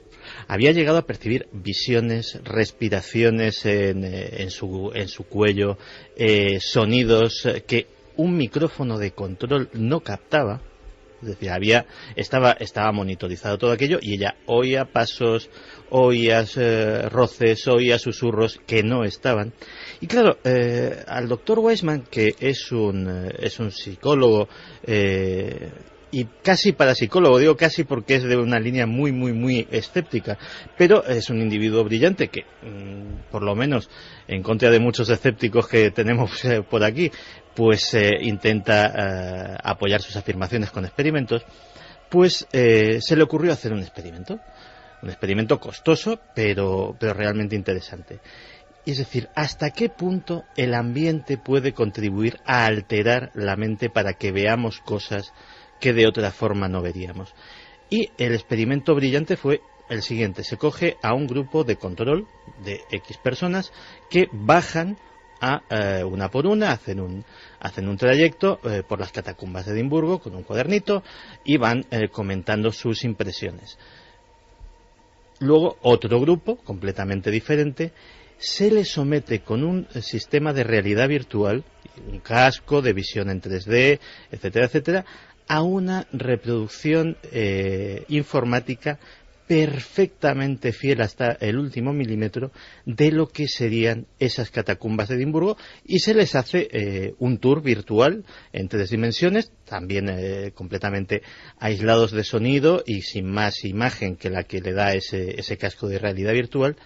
Y sorprendentemente los testimonios de uno y otro grupo son casi iguales, y desde luego alguien que no lo supiera no podría distinguir los unos de los otros, y ambos pues sienten presencias, sombras que no están en el programa informático y que de repente ven deslizarse por un corredor lejano.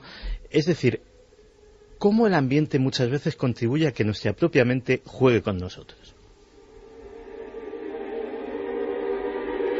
Podemos también decir que algunos de los experimentos, o estar en ese ambiente alejado del ambiente real, nos aproxima a una realidad que existe efectivamente paralela a la nuestra o diferente, y que entonces podemos captar aquello de por qué los casos extraños ocurren en casas por la noche y demás. Y dices, bueno, es que por el día este edificio está lleno de gente haciendo ruidos y transitando, y los guardias de seguridad, por ejemplo, los vigilantes, perciben ese edificio en otro momento, cuando todo tiene su calma. Experimento, Javier, que a ti me está llamando la atención, de Persinger en este caso. Bueno, a mí lo que más me ha llamado la atención es el interés que siempre ha puesto Persinger en cómo los campos electromagnéticos afectan al funcionamiento del cerebro. Se supone que el cerebro es una especie de coraza estanca, o al menos se suponía antes de muchos de estos experimentos, y que no era fácil que, por ejemplo, ondas electromagnéticas de baja frecuencia, sonidos de baja frecuencia o de muy alta frecuencia pudieran alterar el comportamiento. Incluso, por ejemplo, ondas sísmicas, que esto también es muy interesante y que explicaría por qué antes de un terremoto hay muchas personas que sienten cosas especiales y que tendría que ver precisamente con este tipo de afectaciones de lo invisible que es el espectro electromagnético, pero que está en todas partes. Michael Persinger lo que hace, por lo tanto, es, sabiendo de la influencia de estos campos electromagnéticos, va aplicando descargas electromagnéticas de diversa consideración, porque el campo electromagnético es muy amplio, a diversos puntos del cerebro, y estudiando las reacciones. Y es así cuando se encuentra con este tipo de reacciones que comentábamos antes, místicas o de terror, según va accionando o pulsando teclas en el cerebro humano. ¿Qué quiere decir eso? Pues que, por un lado, esos mecanismos cerebrales son los que desencadenan esas reacciones, eso no cabe duda, pero la duda que genera Michael Persinger con esos experimentos es si ese estímulo externo sería la explicación para algunos de estos casos. Por ejemplo, él se propuso rastrear muchos episodios de abducción. Durante un tiempo estuvo obsesionado con el caso de las abducciones, porque este hombre lleva muchos años trabajando en este terreno y tiene más de 200 publicaciones científicas sobre este particular. Y descubrió que la esencia de muchos casos de abducción, él podía reproducirla, hasta el punto de que, por ejemplo, esa sensación que tienen muchos abducidos de sentirse succionados hacia arriba por una fuerza que los arranca del suelo, se puede provocar, se puede estimular electromagnéticamente en el cerebro. Aquí la clave y el debate está en qué fue antes, el huevo o la gallina, dónde está la realidad en este asunto, si hay un estímulo real que es el que provoca eso o si todo es mental. Pues está el debate muy abierto, porque lo que es innegable es la cantidad, por ejemplo, de mensajes que están llegando a nuestra central con un rosario tan increíble de visiones que desde luego demuestran que algo hay, que el cerebro es maravilloso y que no demasiado maravilloso para entenderlo incluso desde el punto de vista humano, y que también parece que pasan cosas por lo menos incomprensibles hoy. Porque, Manuel, tú de estos experimentos que has calificado de apasionantes, ¿qué nos contarías gráficamente que te parece un avance interesante? Sí, yo los conozco desde hace más de 20 años, estos experimentos, que llevan mucho tiempo. ¿Más de 20 años? Sí, lleva muchos años, ¿verdad? Sí, y se trata, lo más llamativo es que ha conseguido, estimulando, sobre todo creo que es en el lóbulo temporal derecho, aunque también en el izquierdo, pero en el derecho, sensaciones que se describen en muchísimas religiones. Se ha llegado a decir por parte de los científicos que incluso una escena como la caída del caballo de San Pablo, que observa una visión terrible o maravillosa, y que cambia la historia de la religión, claro, es una interpretación a posteriori como todo, ¿no? Pero científicamente podría tener. Sí, parece que San Pablo es un candidato bastante factible a que tuviera una epilepsia del lóbulo temporal.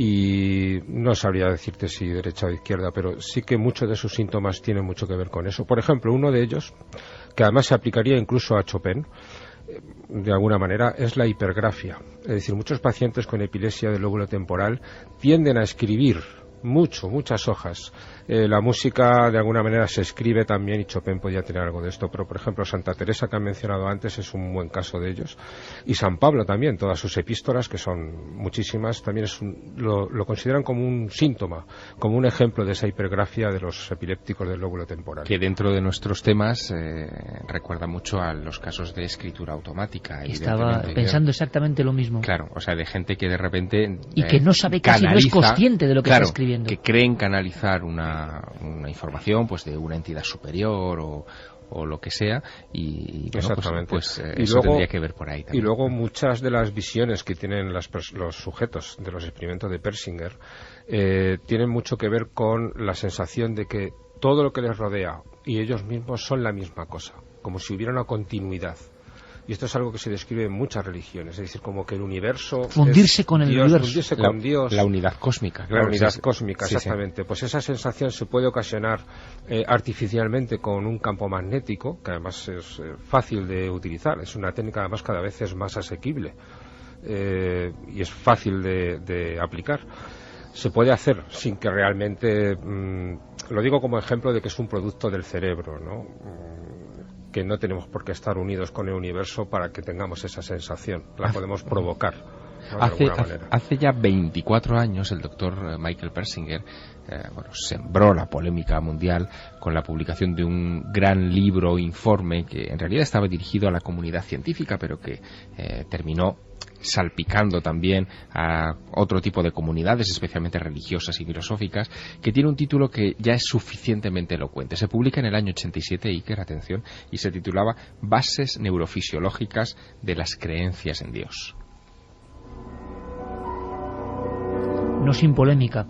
Lo curioso es, como bien decía Manuel Martín Loeches, y que esto desestabiliza y todavía está en la incógnita, es esa repetición de iconos constantemente, y no solo ahora, porque lo hemos comentado en alguna ocasión, si vamos hasta las cuevas, resulta que algunas de las descripciones de lo que se aparece o ha estado siempre dentro de nosotros, o ha estado fuera y solo en ciertos estados alterados de conciencia podemos verlo. El miedo que sufren muchos de los oyentes, por ejemplo, cuando tienen visiones, no sé si se puede medir el miedo en el cerebro. Si cuando alguien tiene miedo pasa algo físicamente en el cerebro, Manuel. Sí, es muy evidente que la amígdala izquierda se activa, toda ella. Se ve muy bien en un escáner. Qué tremendo, vosotros con la ciencia podéis ver que esa parte del cerebro... Sí, de forma objetiva se ve muy bien. Incluso sabes que muchas veces se activa incluso sin que seamos conscientes de ello. Es decir, se ve un estímulo, lo ve el cerebro, pero yo no lo veo. Y yo paso miedo. Estás hablando del casi sentido arácnido, de alguna forma. Es decir, percibir algo en el sentido casi de cómic, ¿no? Tu cerebro te está llamando la atención sobre algo, pero tú no eres muy consciente, no ves nada que te dé peligro. Tú al final llegas, tienes una sensación de que algo te llega. Yo estoy pasando miedo, tengo una sensación extraña, pero no sé por qué. Eso lo manifiesta mucha gente que en el escáner ha mostrado cómo se le activa la amígdala izquierda ante un estímulo que ellos no saben que han visto, que ha durado apenas 30 milisegundos. 30 milisegundos es muy poquito tiempo y sin embargo lo han visto. Que puede ser una cara de miedo, una cara de horror. Me parece tremendo. Por eso el efecto, por ejemplo, en algunas célebres películas como El Exorcista, de esas caras de horror que se intercalaban en una fracción de segundo y que generaban, seguramente al medir el cerebro o las pulsiones de la amígdala, hubiéramos visto que las personas tenían miedo sin ser conscientes de lo que habían visto. Sí, de hecho, esto es algo muy, muy cotidiano, además. En una conversación con una persona, las personas ponemos expresiones que manifiestan lo que realmente sentimos y que no es a lo mejor lo que intentamos transmitir. Y las manifestamos durante unos breves milisegundos, pero el cerebro de la otra persona lo capta y siente esas sensaciones, pero lo capta de forma inconsciente. Es decir, esa persona no es consciente de estar captando que le están engañando, pero sospecha algo. Toda esta transmisión... Pero un lenguaje que no está ni escrito ni... un lenguaje bastante extenso, inconsciente, pero con el cual llegamos a conclusiones. Es decir, al final, ¿me creo o no me creo a esta persona? No me la creo, pero no sé por qué. Bueno, pero qué interesante le cuenta Manuel, como siempre, es como cuando, Javier, entrevistamos a un testigo de algo y tú dices, no sé por qué, no solo los argumentos lógicos, sino no sé por qué este hombre me da fiabilidad. Sé que no me está engañando. O alguien a quien acabas de conocer y te cae mal desde el principio y no sabes por qué. Exacto. Y ya estamos hablando de lo que dice Manuel, de un código entre cerebros. Es que desde el principio, desde que conocemos a una persona, estamos a la búsqueda y captura de estas expresiones, tanto de las manifiestas conscientes como de las inconscientes, que incluso quien las emite no es consciente de ellas. Yo intento poner cara de bueno, pero de repente me traiciona el inconsciente y dejo manifestar mis verdaderas intenciones. Y lo capta por ejemplo, el otro, además. Lo capta el otro perfectamente. ¿Y diferentes tipos de miedo, Manuel? O sea, miedo más intenso, un tipo de miedo, el miedo, por ejemplo, físico, y el miedo sobrenatural o el miedo religioso, ¿puede medirse? ¿Es diferente? ¿Hay algún estudio al respecto o todavía no se ha llegado a ese umbral? No, no se ha llegado a investigar hasta ese punto, pero digamos que todo depende de la complejidad de los miedos, de lo que metamos en el miedo. Es decir, miedo como una emoción básica, sentir o no sentir miedo, o acompañarla de otras sensaciones, es decir, por ejemplo, la sensación de identidad o unidad con el cosmos, y a la vez sentir miedo, por ejemplo, que sería una sensación muy compleja, estimulando la amígdala izquierda, el hipocampo derecho, lo complejiza hasta ese punto de tener miedo de la inmensidad, del vacío, aunque normalmente pudiera ser otra sensación. Es decir, es complejizar. El miedo es una sensación básica, lo tienen los animales, es a partir de ahí añadirle más datos para complejizarlo, pues tener una sensación u otra. ¿Y por qué no añadimos como colofón los datos de nuestros amigos y amigas oyentes? Porque el rosario de lo que están contando daría para muchísimas investigaciones. Esto es lo formidable. Hay muchísimos claro, testimonios. Visiones, sí, y resulta que nos hemos dado cuenta con esta encuesta que no sé cómo va, que nos hemos quedado, y aquí el que sabe de esto es Manuel, alucinados, porque podríamos pensar quizá en un 10, un 15%, como mucho, que tengan visiones, gente normal y corriente, y de repente nos hemos encontrado con no ha variado mucho la encuesta. En ikerjimenez.com la pregunta es: ¿alguna vez has creído tener una alucinación? Sí, un 47,5%, y no un 52,5%. O sea, que estas visiones, otra realidad, sea lo que sea esta realidad, que yo no lo sé, es mucho más común de lo que creemos. Vamos a escuchar. Que sí. Vamos a repetir las vías de contacto. Iker, milenio3 con número @cadenaser.com, 27699, palabra clave milenio, espacio vuestros mensajes, y www.cadenaser.com. Sorteamos 3 ejemplares de Magos y Brujas, un libro precioso, muy ilustrado, de un buen amigo, de Tomás Hijo. Carlos nos decía que tiene diagnosticado síndrome de Gilles de la Tourette. Me gustaría saber qué partes repercuten en el cerebro, algún lóbulo, como los ataques de epilepsia, y si ello conlleva, por tanto, esos fenómenos. Sí, si podéis ser casi titulares, Manuel. En el lóbulo temporal suele tener el origen la Gilles de la Tourette, y también en el tronco del encéfalo. Que es ese síndrome donde uno dice palabras malsonantes, movimientos incontrolados. Sí, sobre todo, bueno, depende del caso. Movimientos incontrolados. Yo conozco, por ejemplo, el caso de niños que tienen que andar con casco para no golpearse con las paredes porque tienen este síndrome. Son movimientos incontrolados totalmente, bastante peligrosos para ellos. Mariolillo nos dice que hace unos años sufría mucho de parálisis del sueño. Estaba tan obsesionado que hizo un cortometraje que intentaba transmitir aquellas horribles sensaciones. Creo que fui pionero en el cine con este tema. Oye, por favor, que nos diga dónde localizar el cortometraje, porque me parece muy interesante. Alguien que lo sufre y que seguro que por eso tiene visión muy cercana de esa pesadilla, ¿no? Carles Asturiano nos dice: buenas noches desde Valencia. Cuando me despierto en medio de la noche y siendo consciente, noto cómo me tiembla el cerebro. ¿A qué es debido? El cerebro no tiene receptores para las sensaciones. Sabes que muchos experimentos que se hacían en los años 50 con seres humanos se les abría la cabeza con voluntarios, a los que se les pagaba, que solían ser inmigrantes en Estados Unidos, se les abría el cráneo, se les estimulaba el cerebro, pero no hacía falta echarle ninguna anestesia. El cerebro no siente nada.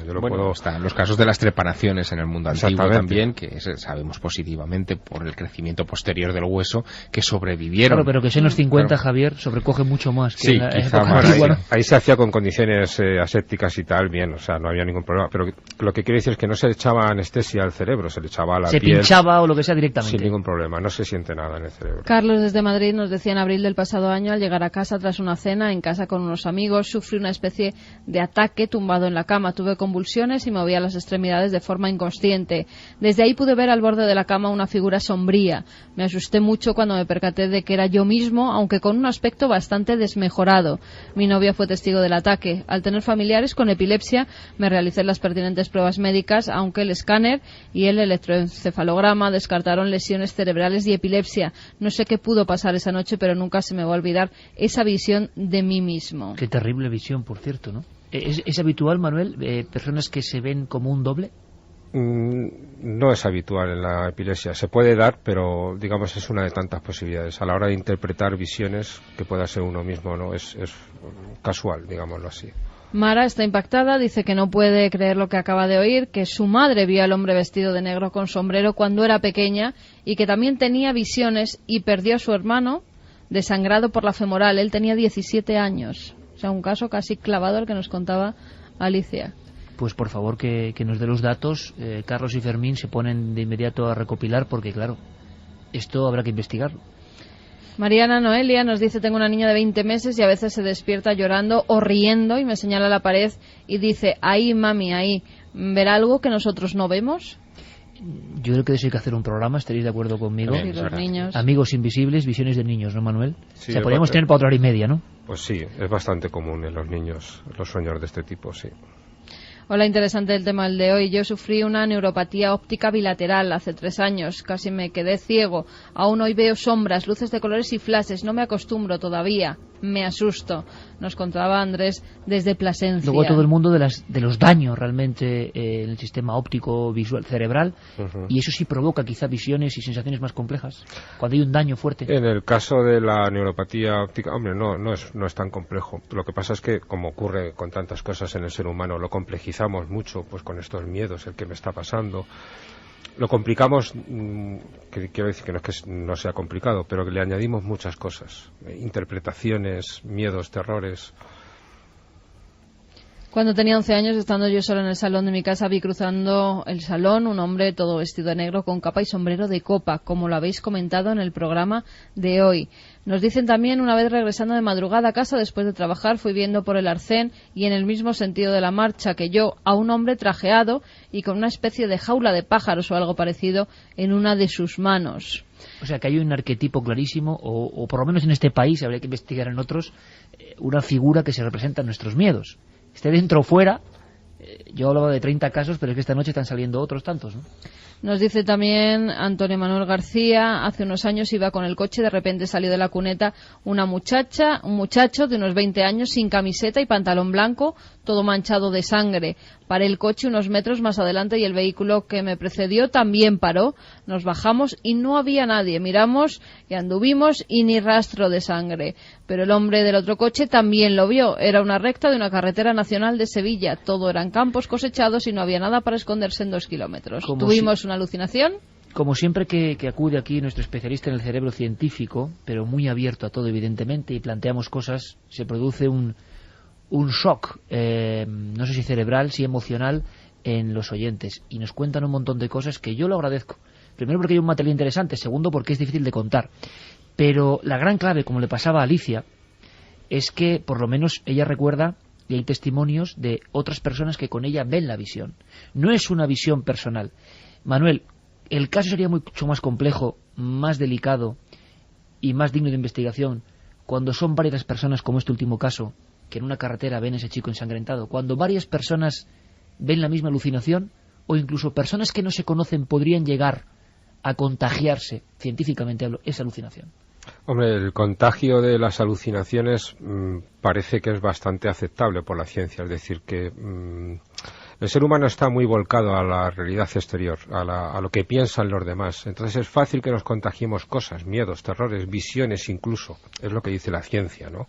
Otra cosa es que algunos contagios sean más fáciles o menos fáciles de explicar.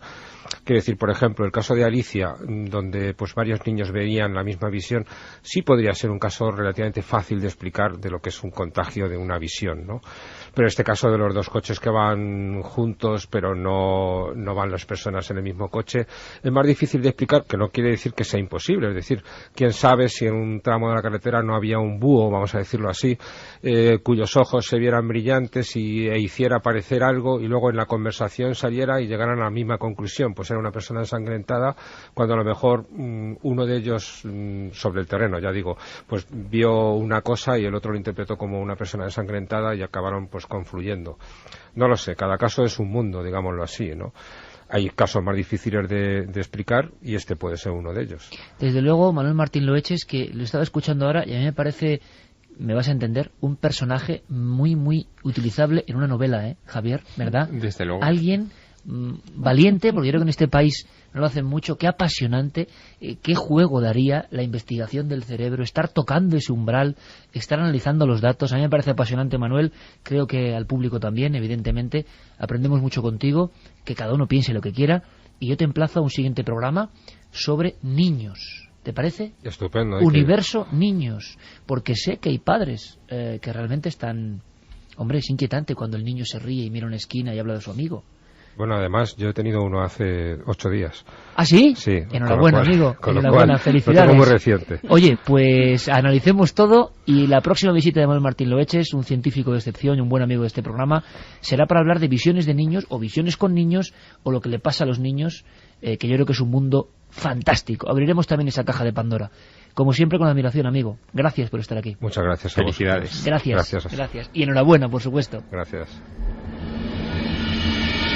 Y en apenas unos segundos marchamos ya, creo que conectamos en vivo, en directo, con Pablo Villarrubia en el monte del fin del mundo. Milenio 3. Detrás del misterio. En busca de una respuesta. Cadena SER. Es un honor y un placer estar con Manuel porque mientras se va nos lo dice, que es que el caso del hombre de la chistera, oye, que esto es cosa seria, ¿eh? Que hay que investigar, que por qué, en el siglo XIX ya hay crónicas, en el Cabezo, en Ladrillar, en el Gasco, en la Batuequilla, del duende en Tiznao, y la descripción es el tipo. En la tercera hora va a ser algo maravilloso. A Diego Marañón le vamos a dar hasta un poco de sorpresa, porque él viene con una idea, que la haremos, alerta ovni, pero Javier ha traído algunas cosas también. Vamos a diseccionar la alerta ovni casi con cronómetro. La más prodigiosa y la más desconocida. Conoceremos a un gran personaje y lo que pasó en Radio Nueva, 1987. Gente de Vinaroz y comarca, muy atentos, por favor. Se está hablando mucho del monte Bugarach, el monte del fin del mundo. Personas que están allí vendiéndolo todo porque creen que en el 2012 ocurre algo. El monte de reminiscencias de Julio Verne, visiones, bases de ovnis, dicen algunos, en fin, un montón de cosas. Allí está, a estas horas, sabe que se lo agradezco mucho porque las jornadas de rodaje son durísimas y está allí, a estas horas. No sé si con el viento helado o no. Pablo Villarrubia, hermanito, buenas noches. Buenas madrugadas, Iker. Gracias por estar ahí a las 2:43, Pablo. Necesitamos escuchar tu voz. Sé que has recogido muchos testimonios. ¿Qué está pasando ahora mismo, hoy, a esta hora, en el monte Bugarach, amigo? Pues muchos elementos interesantes hemos recogido aquí y son cosas que vienen ocurriendo aparentemente desde los años 60, Iker. Una serie de apariciones de fenómenos luminosos sobre esta montaña maravillosa, es una montaña que tenemos aquí cerca, el monte Bugarach, que ya cuentan antiguas leyendas, ¿no? Leyendas a lo mejor de hace 200, 300 años, de que se oyen en su interior extraños ruidos. ¿Extraños ruidos? Exactamente, como si fueran máquinas trabajando en su interior, según los testimonios, e incluso grabaciones de los años 70, 80, hablan también de luces que emergen de esta montaña de más de 1.200 metros de altura, que casi constantemente está cubierta por nubes, pero durante nuestra visita tuvimos la suerte, la dicha de ver cómo esas nubes que cubrían su cima se abrían de una manera espectacular, dejándonos ver perfectamente la cumbre de esta montaña. El monte Bugarach, para que nuestros oyentes se hagan una idea, se encuentra en las estribaciones de los Pirineos, en el lado francés, muy cerca de poblaciones emblemáticas como Carcassona, por ejemplo, o de pueblos llenos de misterio como Rennes-le-Château, el famoso pueblo que inspiró, en fin, tantas conspiraciones entre Jesús y María Magdalena, donde algunos han ido una incluso... zona calentita. Exacto, donde algunos han ido a buscar incluso los huesos de Jesús de Nazaret. En fin, en esa zona se cuenta de todo. Y es verdad que muchos personajes de la literatura más reciente han pasado por allí, o de la cultura más reciente, como Emma Calvé, soprano, o incluso Julio Verne. Algunos han llegado a decir, como Michel Lamy, uno de los biógrafos de Julio Verne, que el volcán en el que se inspira Julio Verne, que dice que está en Islandia, en su novela Viaje al centro de la Tierra, para ese viaje del profesor Lidenbrock en las entrañas de nuestro planeta, en realidad no es otra cosa que el monte Bugarach. Pero hay una cosa que no entiendo, Javier. entender, y lo va a entender el público ahora mismo. ¿Por qué 2012 y por qué gente está vendiendo todo? ¿Para qué? ¿Cuál es la señal? Y algo más, Pablo, has encontrado a investigadores, personas que nos demuestran que esto viene de tiempo atrás, con investigaciones de auténticos mitos de los misteriólogos franceses. Vamos a escuchar y ahora nos cuentas. Jean de Reny con su amigo Jimmy Joe han hablado mucho de una base central de ovnis, algo como un hangar para los ovnis debajo de la montaña de Bugarache. Se han grabado sonidos, vibraciones. Es cierto que Jimmy, que se interesó mucho por los ovnis, se sorprendió y nosotros nos preguntamos, ¿es un fenómeno natural? ¿Es que hay una realidad esotérica diferente? ¿Es que puede haber un fenómeno de distorsión del tiempo? Vamos a ver. Todos estos fenómenos, zona ventana dirían algunos, lo que sea, vienen de hace mucho tiempo, Pablo. ¿Qué ha pasado para que incluso el alcalde de la zona haya montado en cólera, por lo menos hace unas semanas así lo publicaban, y haya muchas personas de diferentes partes del mundo? No sé si lo has podido comprobar. Se ha hablado de secta, se ha hablado de personas normales. ¿Por qué allí y qué esperan?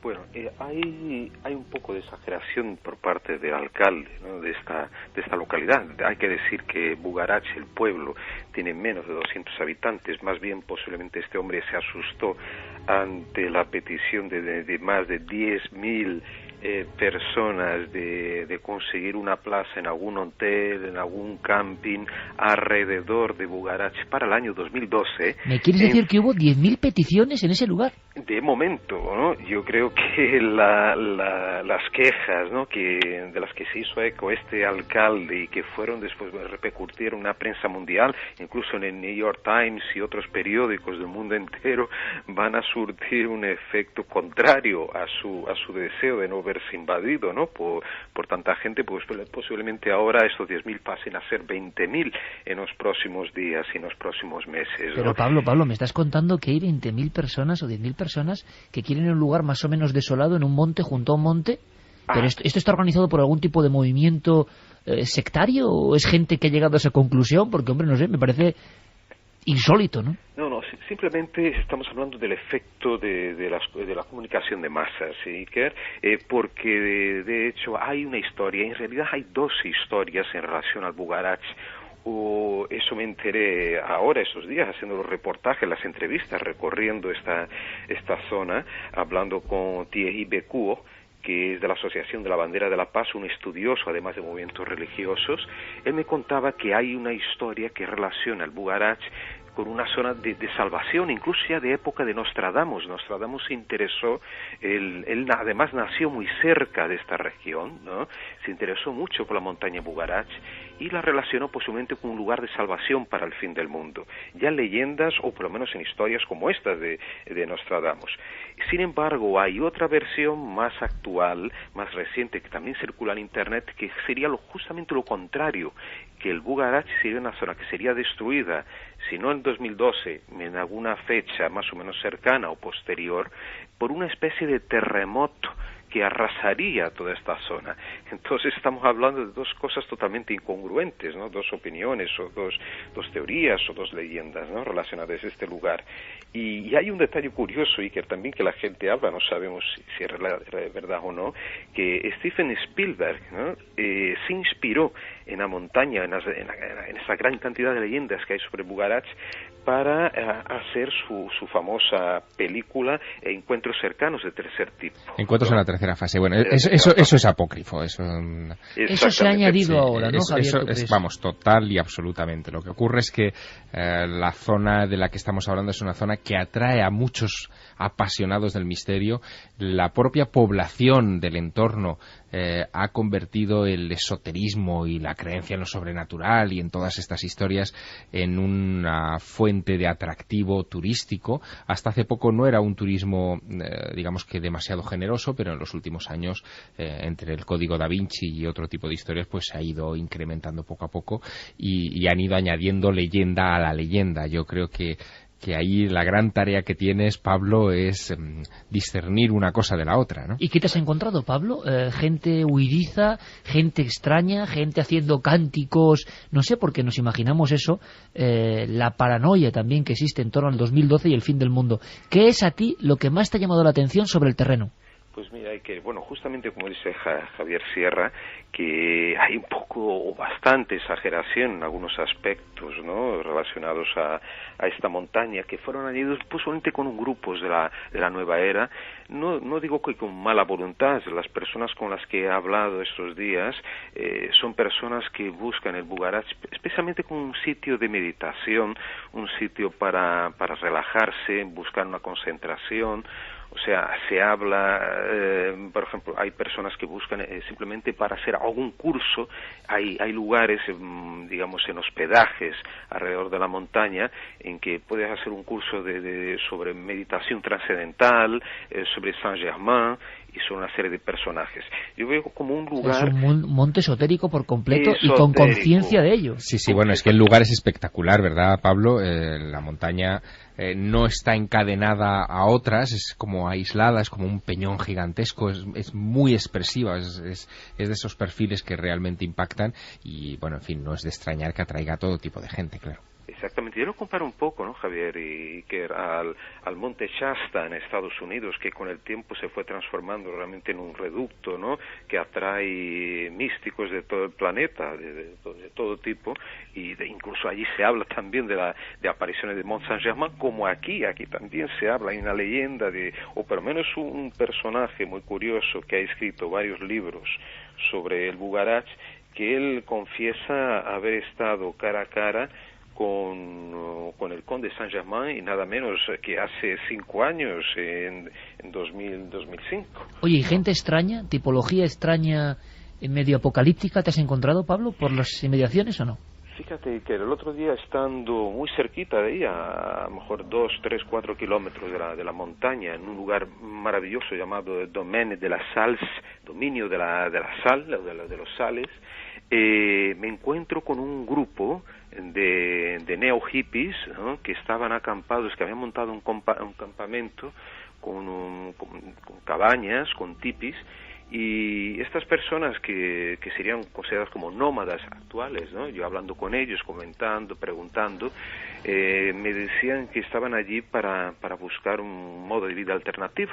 E incluso me encontré con una familia, un padre, madre, hija, y perfectamente normales, pero que decidieron dejar, por lo menos durante algunos días, la tranquilidad de su hogar en Montpellier para estar allí en aquella montaña pasando frío. Además no tenían ni agua ni luz, tenían que recoger agua del río cercano y creían que de esta manera estarían más próximos, más en contacto con la naturaleza. Entonces vemos que había todo tipo de gente, digo yo, normal, hablando con esas personas, pero lógicamente buscaban una alternativa de vida, aunque para nosotros nos parezca muy rudo, muy pero difícil eso, Pablo, estar, está muy bien. especialmente en invierno ahora, ¿no? Pero ¿qué creen que va a pasar o qué se está difundiendo a través de Internet en el 2012? ¿Qué creen que va a ocurrir en ese monte? La verdad que no hablan de una destrucción. Yo creo que estas personas, o por lo menos con las que yo hablé, no me hablan de una destrucción física del planeta Tierra. Ellos me hablan simplemente de un cambio de mentalidad, de conciencia a partir de 2012. Lógicamente están muy influidas por el asunto del calendario maya, ¿no?, de la teoría del fin del mundo a partir de finales de 2012. Pero no me hablan de digamos, destrucción física. Esto es a partir de algunos elementos, como digo, a lo mejor del mismo alcalde de Pueblo Bugarach, que desconoce, ¿no?, los aspectos del misticismo, ¿no?, y lógicamente exagera, ¿no?, en relación a este fin del mundo. Pero sí que creen en un cambio.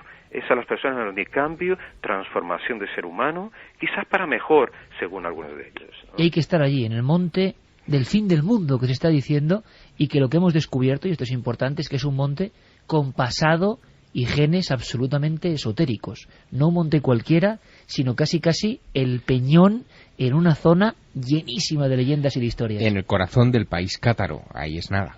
Ahí es nada. Pablo, muchísimas gracias por estar ahí en vela, que el viaje sea provechoso, que hables con toda esa gente que cree que algo va a cambiar, y suerte en el pueblo maldito, tú ya me entiendes. Un fuerte abrazo. Muchas gracias, amigo. Un abrazo también a Javier Sierra, ¿eh? Allí está Pablo Villarrubia, y junto a la sombra del Bugarach nos ha contado que algo está ocurriendo.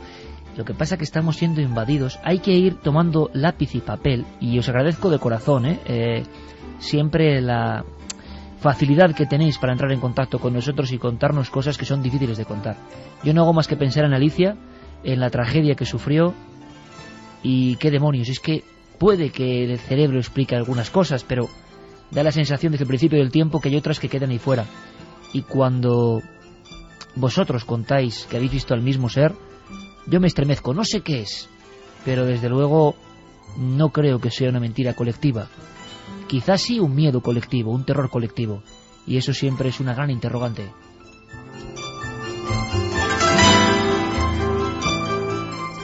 ¿Quieres que te dé los datos de la encuesta? Venga. Han variado poco. ¿Alguna vez has creído tener una alucinación? No 52%, sí 48%. Más mensajes. A lo del hombre de negro con sombrero hay una leyenda de él en el Hospital Gregorio Marañón de Madrid. Bien cerquita lo tenemos. Sí, la tendremos que investigar. Mi padre estuvo sumido en una profunda depresión hace unos 20 años y por las noches veía a un hombre de negro con sombrero de copa entrar en su habitación. Estamos todos con una cara. Yo había escuchado estas historias del hombre con sombrero que queda muy absurdo decir, hombre, un hombre con sombrero, pues vaya, ¿no? Pero ahí está. Lara nos decía, podría contar montones de veces que me sentía despierta, pero no podía moverme y solo quería gritar.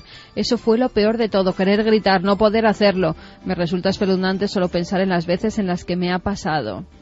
Trapiche nos decía que en situaciones de estrés ha padecido parálisis del sueño, situación muy embarazosa en la que sueñas que estás en la cama paralizado y solo puedes abrir los ojos, entonces sufres unas descargas horribles. Tere desde Valencia, así como visiones se aceptan las auditivas, más de una vez he vuelto la cabeza porque he oído una voz de hombre llamándome por mi nombre. Loreto nos decía, sentí caer en un pozo negro y hondísimo y alrededor unas figuras negras se cernían sobre mí queriendo hundirme. Un ser de luz se lo impidió. Les escuché debatir sobre si era o no mi hora. No lo era. Yo creo que con todo esto hay que hacer un programa, esto le encantará a Luis Álvarez, sobre Jung, clarísimo, porque parece que hay una serie de elementos que se repiten constantemente, no las figuras negras, pero lo de caer en un pozo, ese vértigo terrible. Yo creo que todos los hemos sentido y te despiertas como diciendo ¿qué está ocurriendo? ¿No? Y vas cayendo y cayendo y cayendo hacia el abismo. Con 17 años y dando un paseo con mis amigas vi un niño de unos 2 años andando entre ellas. Las avisé para que no le pisaran, pero allí no había nadie, nos decía Gemma desde Madrid. ¿No puede ser una especie de alucinación colectiva lo que hace que veamos arquetipos comunes como la muerte o el hombre polilla? Hola amigos, a mí me pasa que cuando alguien cerca de mí muere, unos días antes veo sombras negras corriendo y más cosas, y al poco mueren. Merche desde Valencia. Las visiones premonitorias, chicos, como un elemento en gente absolutamente normal, ¿eh? Es como si de repente se despertara una alarma en nuestro cerebro. Es muy curioso, habría que seguirlo. Alfonso nos decía que es guardia civil, que iba por la mañana de servicio, vio un herido grave al lado de la carretera, frenó. Nos pusimos a buscarlo sin resultado, me imagino que él y su compañero, y 10 minutos después hubo un accidente con heridos en el mismo sitio. Nosotros lo que generamos aquí en Milenio 3, sin duda, es la demostración comunicativa de un inconsciente colectivo, que formáis todos vosotros en un enorme puzzle y que nos dais información que a la vez escucháis. Quizá entendamos algo más o surjan más preguntas, que a veces es lo malo o lo bueno, nadie lo sabe. Al regreso tenemos una hora trepidante. Vamos a ver si logramos cambiar el chip, porque el asunto de las visiones es tremendo, y nos vamos a esos años mágicos en los cuales la radio creyó conectar con el cosmos. El concepto alerta ovni, muy español, por cierto, que ha generado 1000 historias, 1000 anécdotas, 1000 miedos y 1000 alegrías. Vamos a vivirlo por dentro, vamos a viajar en el tiempo más que nunca.